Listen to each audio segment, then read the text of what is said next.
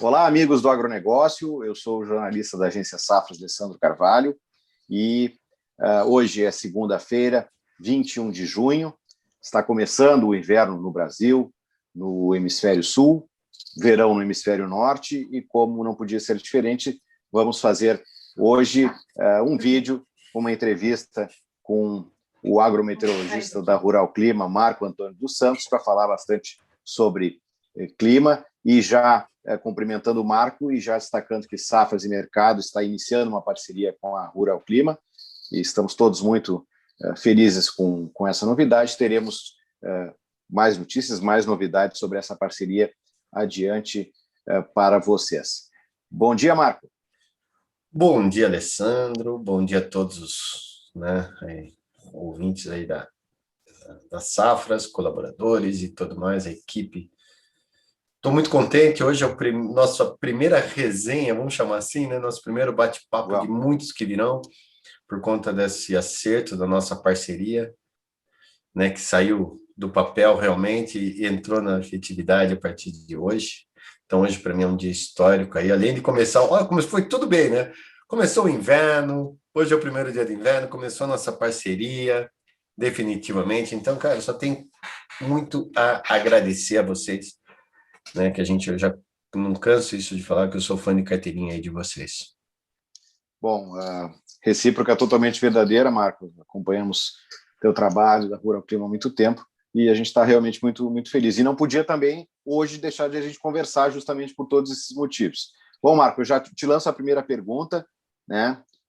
Está começando o inverno, né? Sempre traz muitas preocupações, e nós temos preocupações extras agora para várias culturas, né? Temos o milho, temos o café, a cana-de-açúcar, tem a questão do plantio do trigo.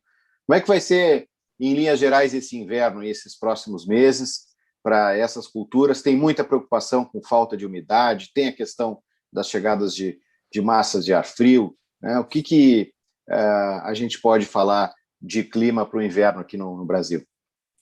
Primeiro, que é um inverno totalmente diferente de 2020, ponto. Esse é o primeiro ponto que tem que ser falado. Por que ele vai ser diferente? Primeiro, que ele vai ser bem mais úmido em toda a região centro-sul do Brasil, com entradas mais frequentes de massa de frente frias. Então, o Rio Grande do Sul, Santa Catarina e o Paraná terão, sim, uma frequência maior de chuvas, algo diferente do que foi 2020. Isso dará uma condição excepcional ao desenvolvimento das lavouras de inverno, em especial o trigo, né? E aí eu faço um adendo melhor para o Paraná, porque o Paraná sofreu muito, foi um dos estados que mais sofreram com milho safrinha e precisam de uma safra de trigo para dar uma alavancada aí naqueles produtores que perderam, né, a produção de milho safrinha. E isso vai ter, até mesmo no norte do Paraná, vão ter chuvas regulares para as lavouras de trigo. Então, de uma forma geral, as condições estão mais favoráveis esse ano do que foi ano 2020. Para a cultura, você chamou também a atenção da cultura da cana-de-açúcar e do café. A cana será também beneficiada por conta de chuvas mais regulares. Então, não é um ano que vai chover tanto, mas há uma possibilidade de pelo menos 1 a 2 episódios de chuvas agora no mês de julho, mais um ou outro episódio de chuvas no mês de agosto, e aí setembro começando, de fato, as chuvas que normalmente acontecem aqui nas áreas de cana. Então, o fato de não haver uma seca de 40, 50, 60 dias, como normalmente acontece aqui nas regiões produtoras de cana, de São Paulo, Minas Gerais, né? Porque se não chover nessa época do ano, nessas áreas de cana, também não é algo anormal, porque normalmente aqui é mais seco. Mas, eventualmente, há uma possibilidade de uma frente fria escapar, né, ter um pouco mais de amplitude quando entrar no sul do Brasil e levar e trazer chuvas um pouco mais generalizadas para cá. Isso mantém uma condição muito favorável aí para a cultura da cana-de-açúcar, que será colhida ao longo do segundo semestre de 2021. Porém, ainda pelo menos até meados de julho, a gente vai ver uma condição muito aquém para a cana por conta das secas que nós tivemos na primavera e também no verão nessas áreas de cana, né? Então, melhoraria mais para o setor do açúcar ou até mesmo para a produção de etanol para o segundo semestre. Para o café, é uma condição boa também, não deixa de ser também favorável, porque favorece aí o desenvolvimento da planta, porém, com chuvas um pouquinho mais regulares, isso pode afetar a qualidade do grão de café, principalmente nas regiões mais sul de São Paulo, aquela região ali de Garça, Galha, Ourinhos, que são áreas Marília ali, que são áreas bastante produtoras, e que com chuvas mais regulares poderão ter uma qualidade do grão de café ou da bebida do café um pouco deteriorada por conta dessas chuvas mais regulares, assim como também nas regiões da Baixa Mogiana, que é aqui Espírito Santo do Pinhal, São João da Boa Vista, Andrade, esse sul de Minas aí, pode também ter algum fator aí um pouco mais prejudicial por conta dessas chuvas a cada 25 dias aí, uma chuva passando, né, uma frente passando e trazendo chuvas para essas áreas. Mas do resto, eu acho que é uma condição extremamente favorável. E lógico que o Cerrado, como um todo, fica com tempo seco, que é normal para essa época do ano também, não há previsão de chuvas. Então, de uma forma geral, o Brasil caminhando aí para um clima de neutralidade, ou seja, chuvas mais recorrentes em todo o sul.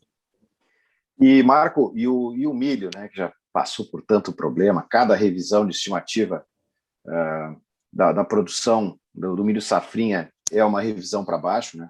Paulo Molinari, nosso consultor, está sempre revisando os seus dados e tem revisado para baixo, né? Infelizmente, né? Infelizmente, é claro. E o mercado de milho muito, vamos dizer assim, muito louco esse ano, né? Agora está passando por um período de movimentação baixista, né? Mas tem também muito a ver com a queda nos preços na Bolsa de Chicago, o período agora sazonal que já é de pré-colheita da safrinha, e isso acaba pesando sobre os preços, em que pese toda essa questão de quebra propriamente da produção. Mas como é que está o clima agora, nesses próximos meses, né?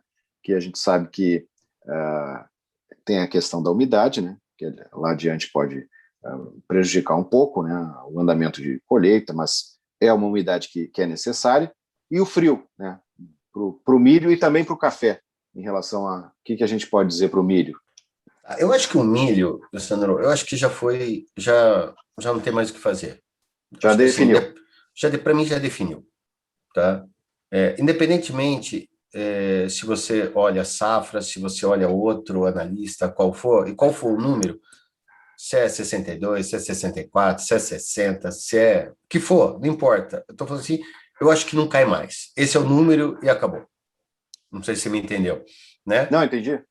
Independentemente do número que você está analisando, que você está na sua consultoria, esse é o número. Ponto. Não há mais previsão de geada. O único fator que poderia seria uma geada. Nesses próximos 15 dias não há previsão de geada nas áreas de milho. Então, era o único fator que poderia derrubar mais a safra. Se viesse uma geada até agora, final de junho. Não vai acontecer isso. Então, para mim, o número de milho é esse que está sendo publicado em todas as... Aqui na Rural a gente trabalha com 62 milhões, então a gente vai se manter nesse. Lógico que tem um ajuste fino ali, né? Hora que começar as colheitas, tal, você dá aquele ajuste fino depois do número, mas não sai muito para nós aqui dos 62. Acho que o milho já está. Com relação a frio, é um ano de neutralidade, ou seja, o Pacífico dentro de as temperaturas das águas do Pacífico dentro de uma normalidade. E isso deixa com que as porteiras ficam abertas para as massas de ar polar. A gente brinca que a porteira está aberta para a massa de ar polar avançar.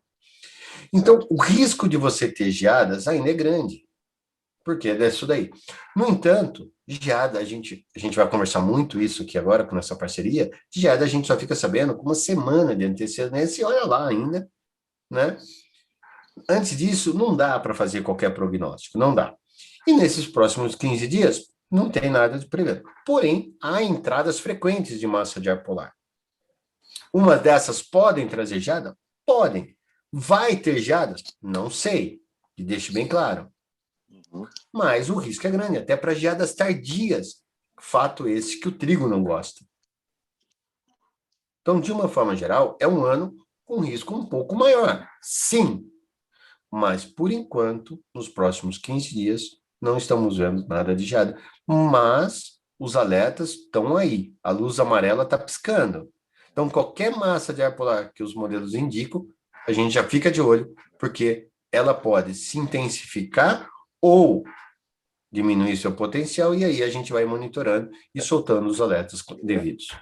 E, Marco, estava ouvindo um alerta teu, tem 2 massas chegando em julho, né?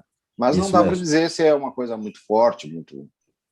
Os modelos indicam, assim, muitas vezes, acontece muito, de quando o modelo enxerga a massa de ar polar, ela joga ela lá embaixo.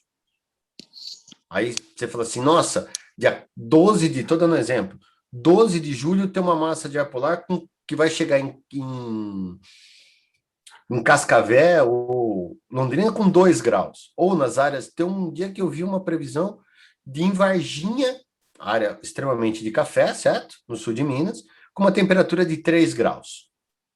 Isso com 20 dias de antecedência. Aí o pessoal já começa, não, olha lá. Falei, calma, pessoal. Aí passa uma rodada, passa 2, aí a temperatura de 3 passa para 5, de 5 passa para 10, e daqui a pouco está com 12. Você fala, cadê aquela geada que você estava vendo? Tem que ser muito delicado, né? Muito delicado. Então, assim, o modelo, quando ele enxerga a entrada de uma massa de ar polar, ele tem essa característica de potencializar essa massa de ar polar. E aí, conforme vai chegando mais próxima do evento, ela vai entendendo de fato como que vai ser. Lógico que, ao contrário, também é fato, já aconteceu, você pegar uma massa de ar polar com 12 graus de mínima, você fala, isso aí não vai dar nada. Aí, conforme vai chegando mais perto, ela vai diminuindo, ela vai aumentando o seu potencial, como já aconteceu em alguns anos anteriores, e aí chegando mais perto do episódio, ali com 4, 5 dias antes, você fala, puta, essa daí vai dar geada. Entendeu? Então, assim, mas quando eu falei no meu alerta de hoje que tinha 2 massas de ar polar, que são 2 massas que a gente vai ter que ficar, como eu disse, em alerta. Aqui já acendemos essas 2. Vamos acompanhar, é isso que tem que fazer. Tá certo. E Marco, bom, essa questão da geada para o café, a gente tem um cuidado com isso, né, Marco? Eu tenho muito cuidado, eu sei que tu também tem, porque isso no mercado, parece que os agentes, especulador, fundo, quando ouve falar na palavra geada, a coisa fica... Porque a palavra geada, ela na cabeça de qualquer um, ela subentende-se perda. Isso, exatamente. E então, é você fala muito assim, vai delicado. dar geada no café. Cara, quebrou o café. Pronto, é isso que se fala. Vai gear no milho, quebrou o milho. Né? A geada tem essa conotação de prejuízo. Só que tem muitos fatores que... Eu trabalhei muito tempo, quando eu fiz mestrado, eu tive um trabalho muito em geada. Eu trabalhei com café e a gente fez muito essa pesquisa em geada. Não é toda geada, não é toda massa de ar polar, vai depender muito da época do ano, da umidade que está. São muitos fatores pormenores que envolvem uma quebra. Então, por isso que a gente demora muito, até muitas agências, outros institutos de meteorologia soltam palavras geadas antes, e a gente é o último a soltar. A gente sempre é o último a soltar, claro. Porque a gente só solta quando a gente tem realmente certeza. Senão é bonito, rende manchete, mas não é uma verdade. Então, aí não, e aí não tá fácil, certo, eu tá até correto. brinco, que é fácil não é nossa falar, linha. É fácil na meteorologia você se explicar, bateu um vento, mudou, não sei o quê. Você tem como, entre aspas, Alessandro, justificar o seu erro na meteorologia. É muito fácil. O modelo mudou, a frente fria enfraqueceu, a massa de ar polar perdeu força nas últimas 24 horas, e eu estava esperando. Mas a gente não gosta disso. Vocês sabem do nosso trabalho, da serenidade, a gente só solta um alerta, principalmente de geada, quando a gente sabe realmente que tem... A gente também tem muito cuidado com isso, muito cuidado. Marco, e vamos falar um pouquinho do outro hemisfério, o hemisfério norte, o verão agora chegando, né? Começa aqui o nosso inverno, está começando lá o verão deles. E o que dá para se falar para os Estados Unidos, que também tem muita produção assim esse ano, muito delicado, depende muito o milho, né, ter uma boa safra americana para não causar um caos maior, né? O que a gente pode falar das condições climáticas do verão americano, principalmente? Tá. Então, eu vou resumir em poucas palavras, assim, ó, mas para que fique muito bem o que nós estamos vendo aqui. Os Estados Unidos ele é um país continental, como o Brasil, só que nós é vertical, assim, né? Olhando no mapa, Uhum, né? Naquele isso. mapa de 2D, né? Você vê, o Brasil é uma espiga e os Estados Unidos é horizontal. A faixa leste dos Estados Unidos, que banha o lado Atlântico, vai ter muita chuva. Então, toda a metade leste dos Estados Unidos, por um Atlântico mais quente, vai ter muitas chuvas nos próximos 90 dias. Já a metade oeste, que é banhada pelo Pacífico, vai ter poucas chuvas, por conta de um Pacífico mais frio. Então, de uma forma geral, nós vamos ter um lado dos Estados Unidos chovendo muito, um outro lado chovendo pouco. E o meio oeste está bem no meio. O coração da produção norte-americana está bem no meio desses dois extremos. Né? Então, não é que vai faltar chuvas. Eu acho que não falta chuvas, porque o grande problema dos Estados Unidos, o mercado só olha a seca, porque a seca, do mesmo jeito que a gente falou de geada, a palavra seca causa tipo, Mesma coisa. vai ter seca, então vai quebrar.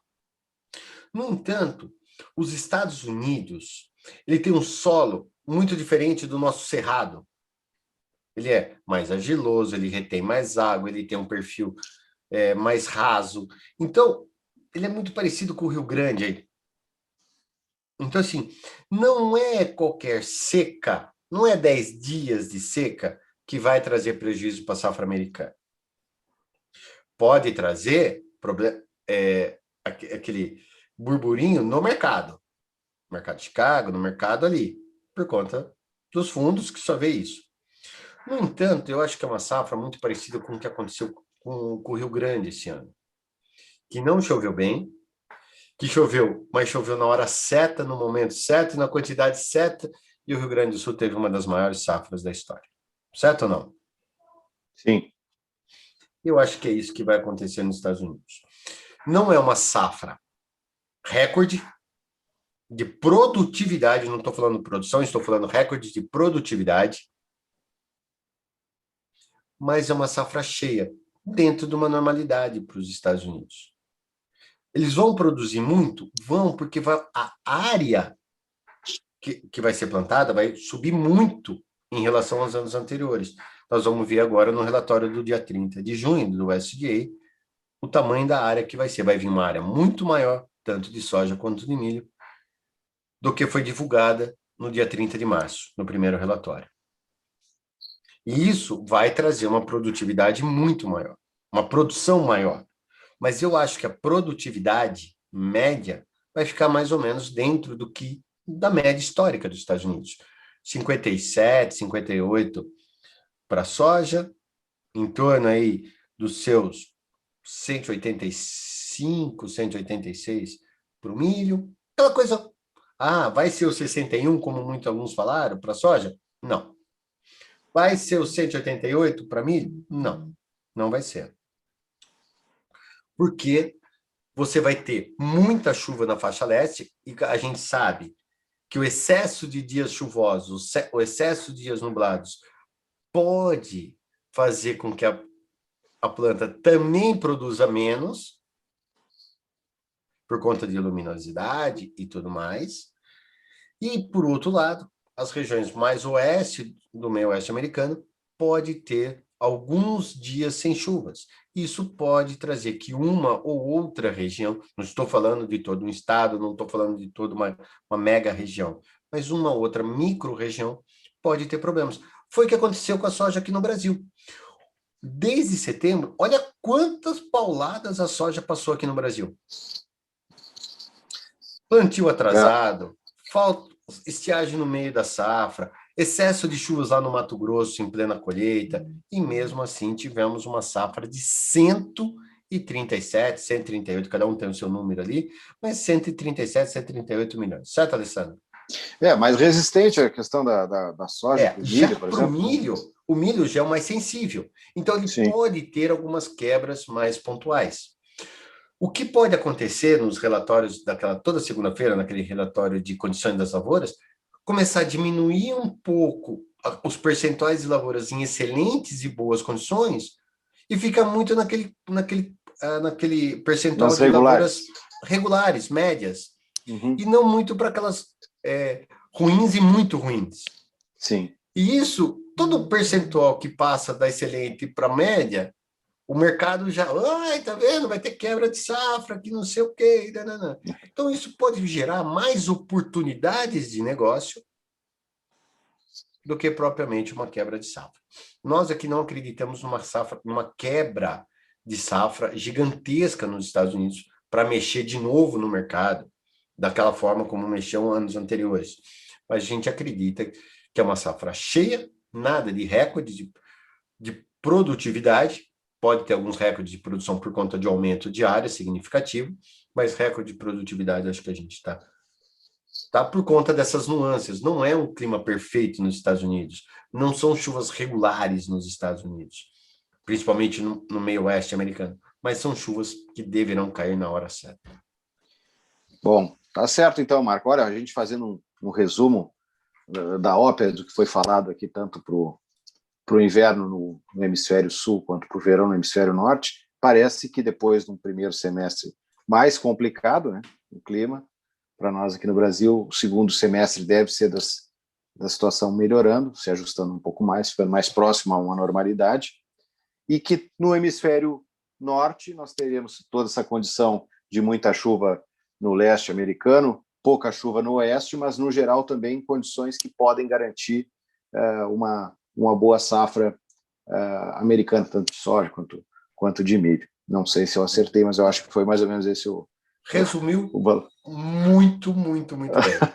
Não, tá certo, mas sempre o clima a gente tem que mudar o pensamento semana a semana, né, Marco? A gente está sempre monitorando. Assim, por isso que o trabalho do agrometeorologista é fundamental. Né? Mas assim, lógico que a gente muda alguns pormenores ali, ó. Estava vendo chuva esse final de semana, vai chegar mais, jogou para mais para frente e tal. Mas quando você olha o cenário, eu acho que esse é o cenário que você resumiu bem. Quando você olha o cenário, a tendência, dificilmente a tendência vai mudar muito nesses próximos 120 dias. Claro. Bom, Marco, te agradeço demais. O tempo passa voando nesses nossos bate-papos aí que a gente tem. E, mais uma vez, felicitar e agradecer, né? Momento que nós estamos contentes mesmo com essa parceria de Safras Mercado e Rural Clima. Teremos novidades aí, a gente quer manter esse contato semanal, né? com as perspectivas do clima. E muito obrigado, Marco. Um grande abraço e uma boa semana. Eu que agradeço, vai ser um enorme prazer estar direto aqui com vocês, fazendo esses bate-papos, essas resenhas, e que venham inúmeras outras e que a gente possa auxiliar aí todos os nossos clientes e todos os nossos ouvintes. Tá certo, Marco. Muito obrigado, agradeço a todos, agradeço o nosso operacional que está gravando esse nosso vídeo, Luiz Paulo Severo de Almeida, também um abraço para o Carlos Soares e a nossa equipe da Agência Safra, os nossos consultores também, que nos ajudam sempre. Um forte abraço e uma boa semana a todos.